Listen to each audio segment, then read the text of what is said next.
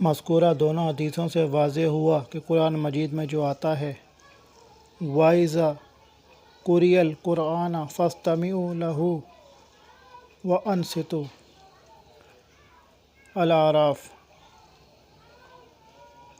جب قرآن پڑھا جائے تو سنو اور خاموش رہو۔ یہ حدیث وَإِذَا قَرَأَ فَأَنصِتُوا بشرط صحت، جب امام قرأت کرے تو خاموش رہو کا مطلب یہ ہے کہ جہری نمازوں میں مقتدی سورہ فاتحہ کے علاوہ باقی قرأت خاموشی سے سنیں، امام کے ساتھ قرآن نہ پڑھیں، یا امام سورہ فاتحہ کی آیات وقفوں کے ساتھ پڑھے تاکہ مقتدی بھی احادیث صحیحہ کے مطابق سورہ فاتحہ پڑھ سکیں، یا امام سورہ فاتحہ کے بعد اتنا سکتہ کرے کہ مقتدی سورہ فاتحہ پڑھ لیں۔ اس طرح آیات قرآنی اور احادیث صحیحہ میں الحمدللہ کوئی تعارض نہیں رہتا، دونوں پر عمل ہو جاتا ہے، جبکہ سورہ فاتحہ کے ممانعت سے یہ بات ثابت ہوتی ہے کہ حاکم بدہن قرآن کریم اور احادیث صحیحہ میں ٹکراؤ ہے اور دونوں میں سے ایک پر ہی عمل ہو سکتا ہے، بیک وقت دونوں پر عمل ممکن نہیں۔ فَنَعُوذُ بِاللَّهِ مِنْ هَذَا، دیکھیے سورہ اعراف آیت نمبر 204 کا حاشیہ۔ اس مسئلے کی تحقیق کے لیے ملاحظہ ہو کتاب تحقیق الکلام از مولانا عبدالرحمن مبارک پوری و توضیح الکلام مولانا ارشاد الحق عصری حفظ اللہ وغیرہ۔ یہاں یہ بات بھی واضح رہے کہ امام ابن تیمیہ رحمہ اللہ علیہ کے نزدیک سلف کی اکثریت کا قول یہ ہے کہ اگر مقتدی امام کی قرأت سن رہا ہو تو نہ پڑھے، اور اگر نہ سن رہا ہو تو پڑھے۔ مجموع فتاویٰ ابن تیمیہ 23/265۔ نزول مکہ مکرمہ میں معذرت چاہتا ہوں 2 یہ صورت مکی ہے۔ مکی یا مدنی کا مطلب یہ ہے کہ جو صورتیں ہجرت 13 نبوت سے قبل نازل ہوئیں وہ مکی ہیں، خواہ ان کا نزول مکہ مکرمہ میں ہوا یا اس کے اطراف و جوانب میں، اور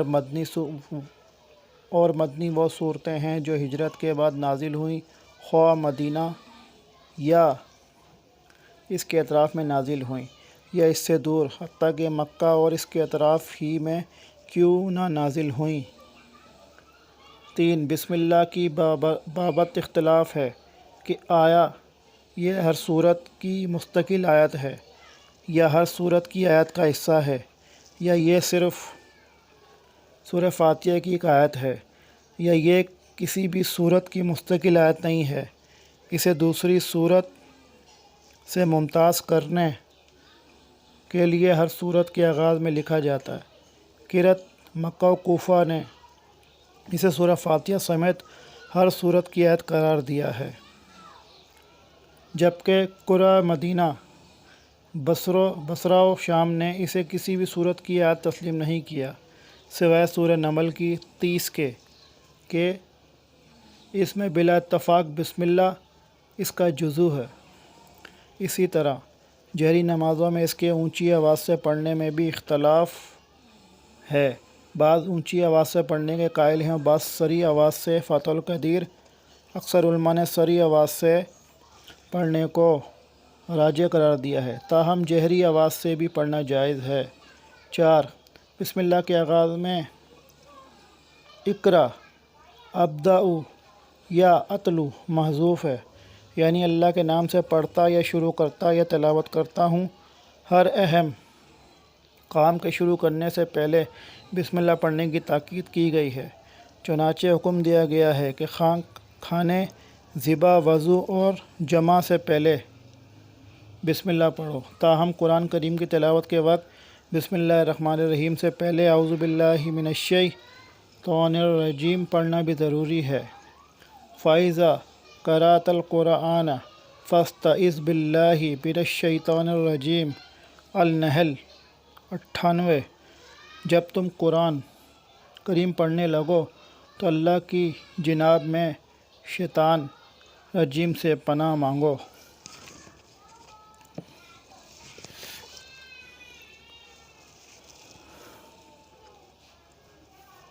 الحمدللہ رب العالمین، سب تعریف اللہ کے لیے ہے جو تمام جہانوں کا پالنے والا ہے۔ الحمد میں الاستغراق یہ اختصاص کے لیے ہے، یعنی تمام تعریفیں اللہ کے لیے ہیں یا اس کے لیے خاص ہیں، کیونکہ تعریف کا اصل مستحق و سزاوار صرف اللہ تعالیٰ ہے۔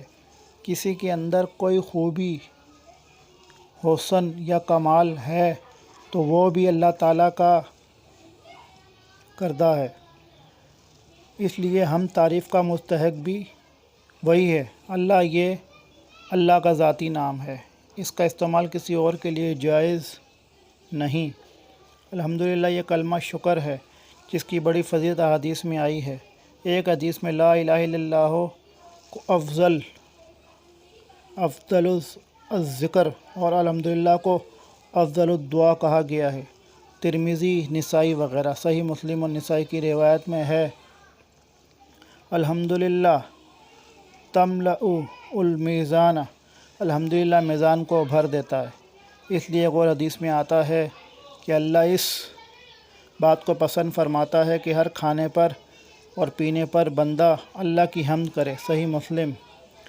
رب اللہ تعالیٰ کے اسماء الحسنی میں سے ہے، جس کے معنی ہیں ہر چیز کو پیدا کر کے اس کی ضروریات مہیا کرنے اور اس کو تکمیل تک پہنچانے والا۔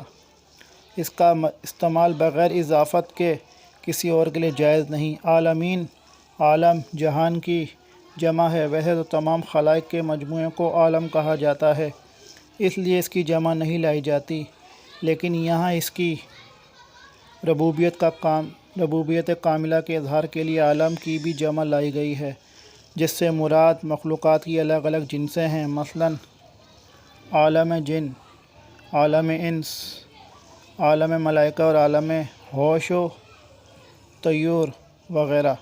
ان تمام مخلوقات کی ضرورتیں ایک دوسرے سے قطعاً مختلف ہیں، لیکن رب العالمین سب کی ضروریات ان کے حوالہ ضرور اور طبع و اجسام کے مطابق مہیا کرتا ہے۔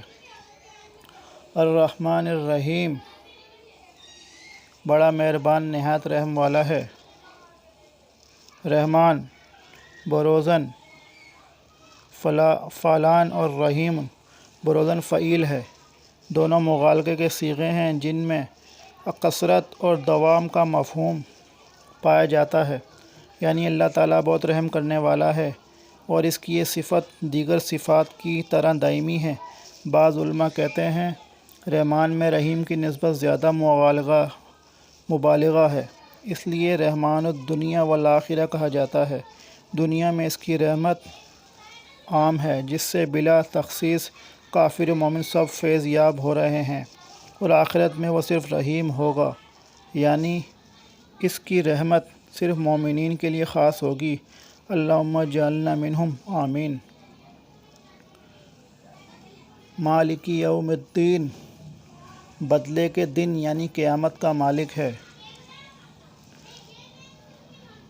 دنیا میں بھی اگرچہ مکافات عمل کا سلسلہ ایک حد تک جاری رہتا ہے، تاہم اس کا مکمل ظہور آخرت میں ہوگا اور اللہ تعالیٰ ہر شخص کو اس کے اچھے یا برے اعمال کے مطابق مکمل جزا و سزا دے گا۔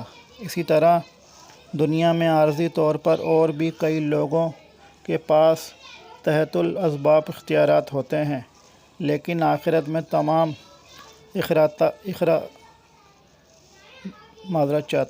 اختیارات کا مالک صرف اور صرف اللہ تعالیٰ ہی ہوگا۔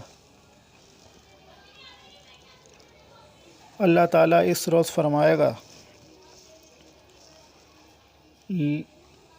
لمن الملک اليوم، آج کس کی بادشاہی ہے؟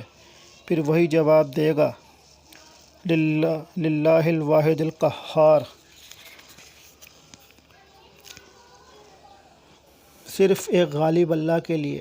یوم لا تملک نفس لنفس شیئا والامر یومئذ للہ، الانفطار۔ اس دن کوئی ہستی کسی کے لیے اختیار نہیں رکھے گی، سارا معاملہ اللہ کے ہاتھ میں ہوگا، یہ ہوگا جزا کا دن۔ ایاک نعبد و ایاک نستعین، ہم صرف تیری ہی عبادت کرتے ہیں اور صرف تجھ ہی پر معذرت چاہتا ہوں اور صرف تجھ ہی سے مدد چاہتے ہیں۔ عبادت کے معنی ہیں کسی کی رضا کے لیے انتہائی تذلل و عاجزی اور کمال خشوع کا اظہار، اور بقول ابن کثیر شریعت میں کمال محبت، خضوع اور خوف کے مجموعے کا نام ہے، یعنی جس ذات کے ساتھ محبت بھی ہو، اس کا مافوق الاسباب طاقت کے سامنے عاجزی و بے بسی کا اظہار بھی ہو، اور اسباب و مافوق الاسباب ذرائع سے اس کی گرفت کا خوف بھی ہو۔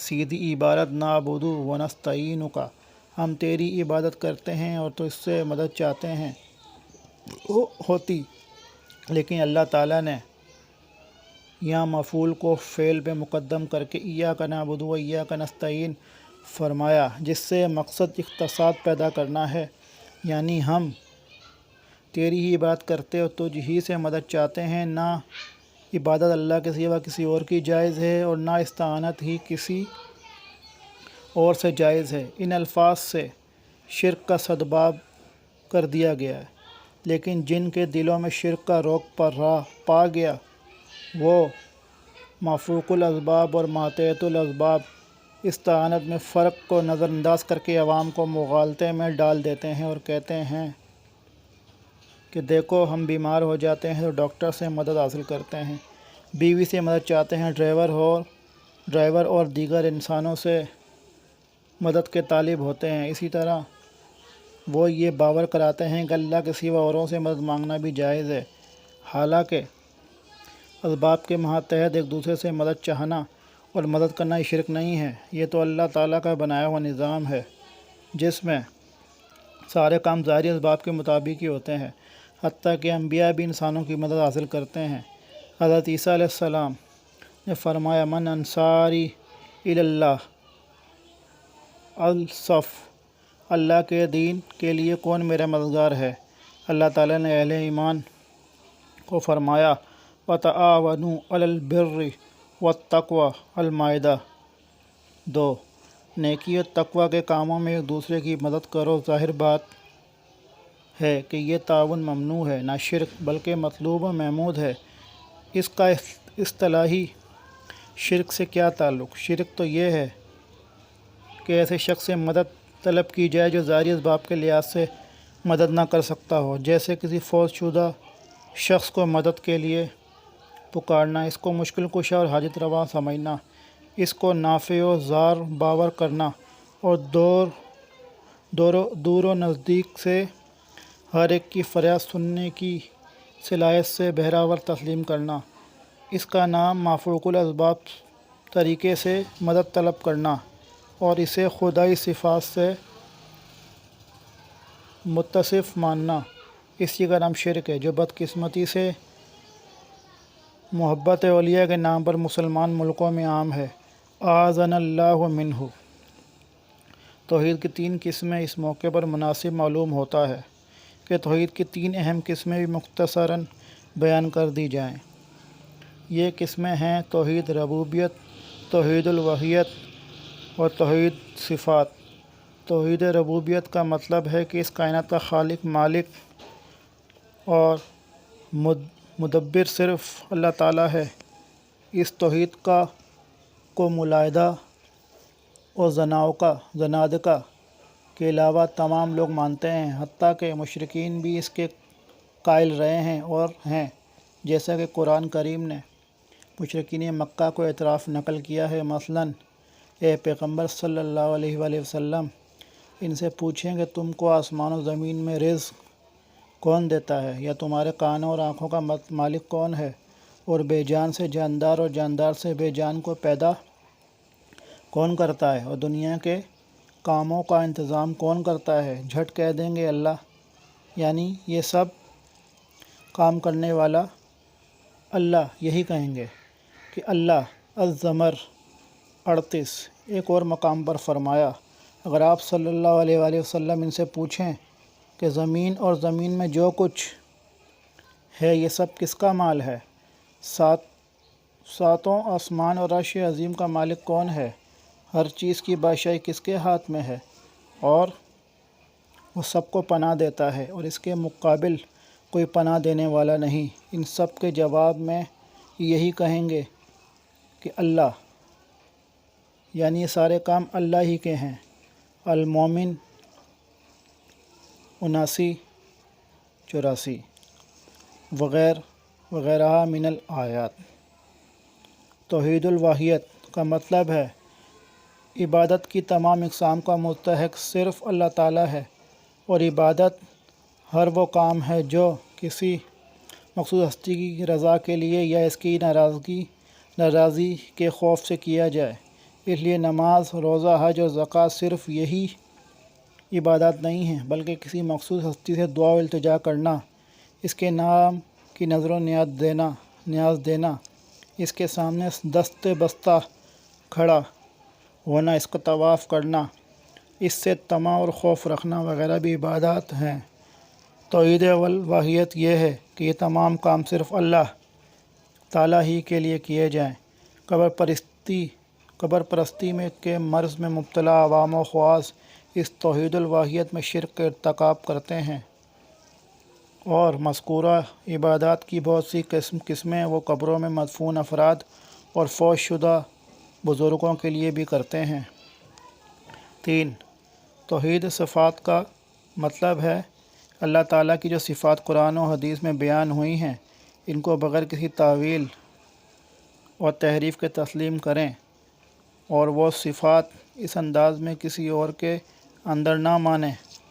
مثلاً جس طرح اس کی صفت علم غیب ہے یا دور اور نزدیک سے ہر ایک کی فریاد سننے پر وہ قادر ہے، کائنات میں ہر طرح کا تصرف کرنے کا اسے اختیار حاصل ہے، یا اس قسم کی اور صفات الہیہ ان میں سے کوئی صفت بھی اللہ کے سوا نبی، ولی یا کسی بھی شخص کے اندر تسلیم نہ کی جائیں۔ اگر تسلیم کی جائیں گی تو یہ شرک ہوگا۔ افسوس ہے کہ قبر پرستوں میں شرک کی یہ قسم بھی عام ہے، اور انہوں نے اللہ کی مذکورہ صفات میں بہت سے بندوں کو بھی شریک کر رکھا ہے، اعاذنا اللہ منہ۔ اہدنا الصراط المستقیم، ہمیں سیدھی اور سچی راہ دکھا۔ ہدایت کے کئی مفہوم ہیں: راستے کی طرف رہنمائی کرنا، راستے پر چلا دینا، منزل مقصود پر پہنچا دینا۔ اسے عربی میں ارشاد توفیق، الہام اور دلالت سے تعبیر کیا جاتا ہے، یعنی ہماری صراط مستقیم کی طرف رہنمائی فرما، اس پر چلنے کی توفیق اور اس پر استقامت نصیب فرما، تاکہ ہمیں تیری رضا منزل مقصود حاصل ہو جائے۔ یہ صراط مستقیم محض عقل اور ذہانت سے حاصل نہیں ہو سکتی۔ یہ صراط مستقیم وحی الاسلام ہے جسے نبی صلی اللہ علیہ وآلہ وسلم کے سامنے پیش فرمایا، اور اب قرآن و حدیث میں صحیحہ میں محفوظ ہیں۔ صراط الذین انعمت علیہم غیر المغضوب علیہم ولا الضالین آمین۔ ان لوگوں کی راہ جن پر تو نے انعام کیا، ان کی جن پر غضب کیا گیا، اور نہ گمراہوں کی۔ یہ صراط مستقیم کی وضاحت ہے کہ یہ سیدھا راستہ وہ ہے جس پر وہ لوگ چلے جن پر تیرا انعام ہوا۔ یہ منعم علیہ گروہ ہے انبیاء، شہداء، صدیقین اور صالحین کا، جیسا کہ سورہ نساء میں ہے: وَمَن يُطِعِ اللَّهَ وَالرَّسُولَ فَأُولَٰئِكَ مَعَ الَّذِينَ أَنْعَمَ اللَّهُ عَلَيْهِم مِّنَ النَّبِيِّينَ وَالصِّدِّيقِينَ وَالشُّهَدَاءِ وَالصَّالِحِينَ وَحَسُنَ أُولَٰئِكَ رفیقا۔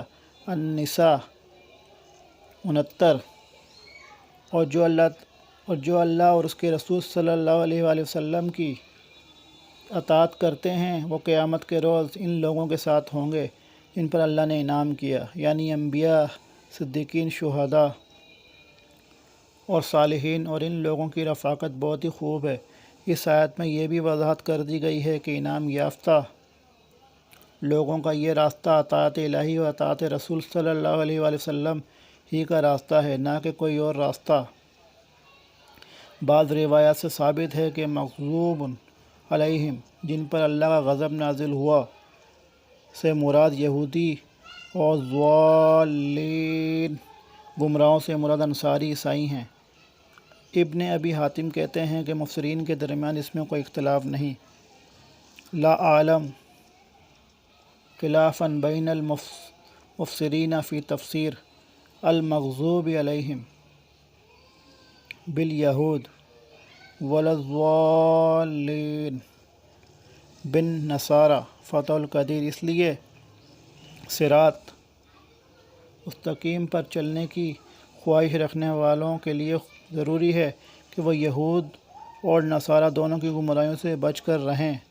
یہود کی بڑی گمراہی یہ تھی کہ وہ جانتے بوجھتے صحیح راستے پر نہیں چلتے تھے، آیت الہی میں تحریف اور رحیلہ کرنے سے گریز نہیں کرتے تھے۔ حضرت عزیر علیہ السلام کو ابن اللہ کہتے، اپنے احبار و رہبان کو حرام و حلال کرنے کا مجاز سمجھتے تھے۔